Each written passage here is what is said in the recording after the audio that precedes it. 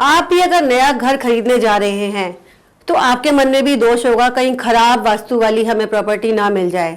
नमस्कार, मैं एस्ट्रोलॉजर सरिता गुप्ता आप सबका बहुत बहुत स्वागत करती हूँ। आज के समय में सभी लोग वास्तु को देखते हैं और सभी के मन में ये सवाल रहता है कि अगर खराब वास्तु दोष वाली प्रॉपर्टी खरीद ली तो क्या होगा।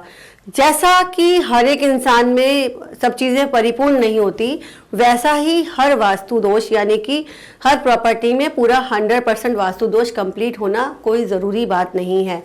क्योंकि आजकल महानगरों में कई कई बिल्डिंग के घर होते हैं और जो है वो अलग अलग ब्लॉक्स पे भी जो है डिवाइड होते हैं और हर फ्लैट या हर घर या हर बिल्डिंग जो है वास्तु के सभी पैमानों को पूरा नहीं करती। पर कुछ ऐसी बातें होती हैं जिनको हम इग्नोर कर सकते हैं और कुछ ऐसे दोष हैं जिनको हम इग्नोर नहीं कर सकते।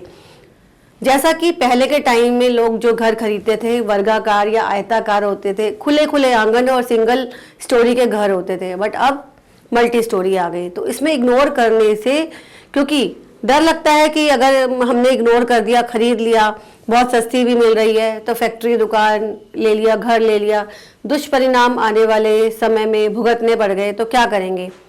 सबसे पहले हमको ये देखना होगा कि लंबी तलाश के बाद अगर हमें कोई प्रॉपर्टी मिल रही है और वो बाकी सब चीज़ों को जो है पूरा कर रही है, यानी कि लोकेशन, प्लॉट का साइज़, प्लॉट का हमारा बजट और ये सब कर रहा है और आने वाले समय में उसमें आगे बढ़त के बहुत सारे योग बन रहे हैं।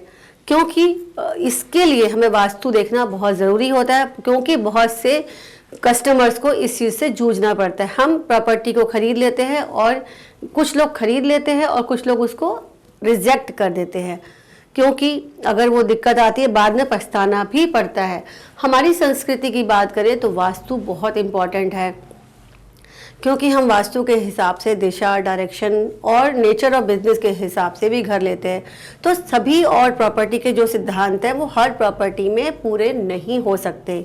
तो वास्तु विज्ञान में क्या लिखा है, दोष कौन से दोष है जहाँ पर करेक्शन भी हो सकती है और उपाय भी हो सकते हैं, परंतु कुछ ऐसे सिद्धांत भी हैं जहाँ पर या करेक्शन और उपाय पॉसिबल नहीं है, यानी उस प्रॉपर्टी को बिल्कुल भी ना खरीदें। आज मैं आपको बताऊंगी वास्तु के सिद्धांत और उपाय, इससे आप खुद फैसला कर सकते हैं कि आप प्रॉपर्टी खरीदें या ना खरीदें, ताकि बाद में पछताना ना पड़े। प्रॉपर्टी खरीद ली तो दुष्परिणाम हो गए, नहीं खरीदी तो बाद में पछतावा भी होता है। और वैसी प्रॉपर्टी और लोकेशन ज़रूरी नहीं है उस बजट में आपको बार बार मिल जाए। कुछ वास्तु दोषों को ऐसे हैं जिनको बिल्कुल भी अनदेखा नहीं किया जा सकता।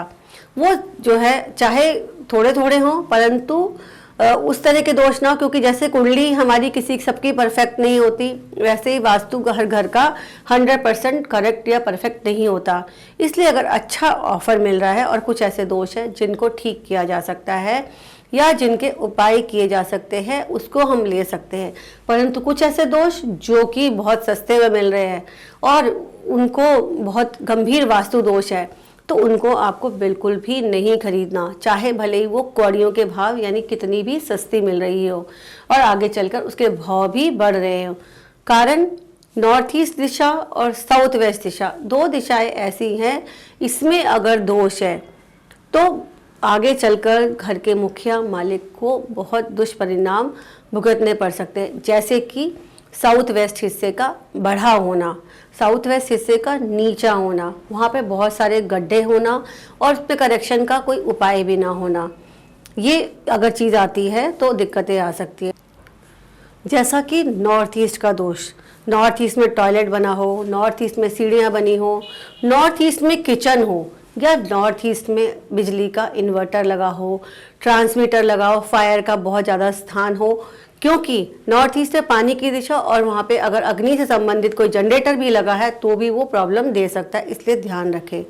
साउथ वेस्ट की प्रॉपर्टी कुछ लोगों को छोड़कर ले सकते हैं जिन लोगों के बिजनेस इस दिशा के लिए परफेक्ट है, अन्यथा साउथ वेस्ट दिशा की प्रॉपर्टी को कोशिश करें ना खरीदें। अगर खरीदनी है तो वास्तु विशेषज्ञ और अपनी डेट ऑफ बर्थ के हिसाब से आप उसको चेक करा के लें, क्योंकि उन्हीं को सूट करेगा, हर एक को सूट नहीं कर सकता। नॉर्थ वेस्ट दिशा घटी है, कटी है, तो क्या होता है, उपाय के तौर पे उसमें उपाय तो किए जा सकते हैं, परंतु अपॉर्चुनिटी का द्वार जो है खुल जाता है, पैसे से संबंधित समस्याएं दूर हो सकती है। इसलिए इन दिशाओं की प्रॉपर्टी को भूल करके भी ना खरीदें। छोटे मोटे जो दोष हैं, अगर कोई नॉर्थ ईस्ट बढ़ा हुआ है, कहीं से कट है, जहाँ पर रेक्टिफिकेशन का उम्मीद है, जहाँ पे ऊंचा नीचा है, ऊबड़ खाबड़ है, उसको ठीक किया जा सकता है। बाकी जो है, अगर ये 3-4 दोष जो मैंने बताए हैं, ये दोष वाली प्रॉपर्टी ना खरीदे तो अच्छा है। और अगर आप खरीदने का मन बना रहे हैं और आपको लगता है कि इसको खरीदनी चाहिए, हमें बहुत अच्छा ऑफर मिल रहा है, तो उसमें अगर कुछ रेक्टिफिकेशन या तोड़फोड़ के द्वारा चीज़ों को मूलभूत ढांचे में कुछ परिवर्तन हो सकता हो।